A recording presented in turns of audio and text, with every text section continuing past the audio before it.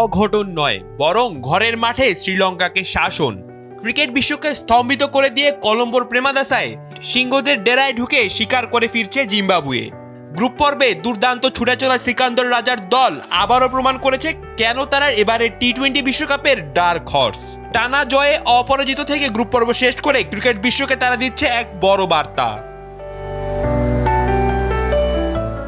প্রেমাদাসায় toss জিতে আগে ব্যাটিংয়ের সিদ্ধান্ত নিয়েছিল শ্রীলঙ্কা। লক্ষ্য ছিল স্কোরবোর্ডে পাহাড় সমান রান তুলে জিম্বাবুয়েকে চাপে ফেলা।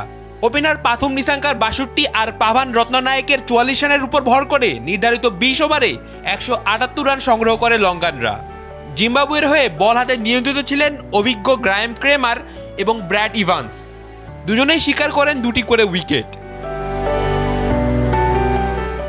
১৭৯ রানের লক্ষ্য। টি-20তে যা কখনোই সহজ নয়, কিন্তু জিম্বাবুয়ের ওপেনার ব্রায়ান বেনের যেন অন্য গ্রহে ব্যাটিং করছিলেন। শুরু থেকে লঙ্কান বোলারদের উপর চড়াও হন তিনি। পাওয়ার প্লেতেই ৫৬ রান তুলে জয়ের ভিত্তি করে দেন জিম্বাবুয়ের। মারুমানি এবং রায়ান বালের কার্যকারী ছোট ছোট ইনিংসগুলো জয়ের পথ আরও সুগম করে। তবে ম্যাচের আসল রোমাঞ্চ তখনও বাকি ছিল। ক্রিজে এসে পরিস্থিতি পুরোপুরি নিজেদের নিয়ন্ত্রণে নেন অধিনায়ক সিকান্দার রাজা। মাত্র ২৬ বলে ৪৫ রানের এক বিধ্বংসী ইনিংস খেলে জিম্বাবুয়েকে জয়ের বন্দরে পৌঁছে দেন তিনি। শেষ দিকে ওপেনার ব্রায়ান বেনেটের অপরাজিত ৬৩ রানের ম্যাচ জেতানো ইনিংসে ছিল নিখুঁত শিল্পকর্ম। ৩ বল বাকি থাকতে ৬ উইকেটের বিশাল জয়। এই জয়ের সাথে সাথে গ্রুপ পর্বে অপরাজিত থাকার গৌরব অর্জন করেছে জিম্বাবুয়ে।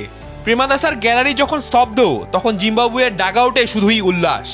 অস্ট্রেলিয়ার মতো ফেভারিটদের বিদায় ঘণ্টা বাজিয়ে দিয়ে তারা এখন সুপার 8-এর ডার্ক হর্স। রাফিদ বিন ইসলাম, সময়ের আলো।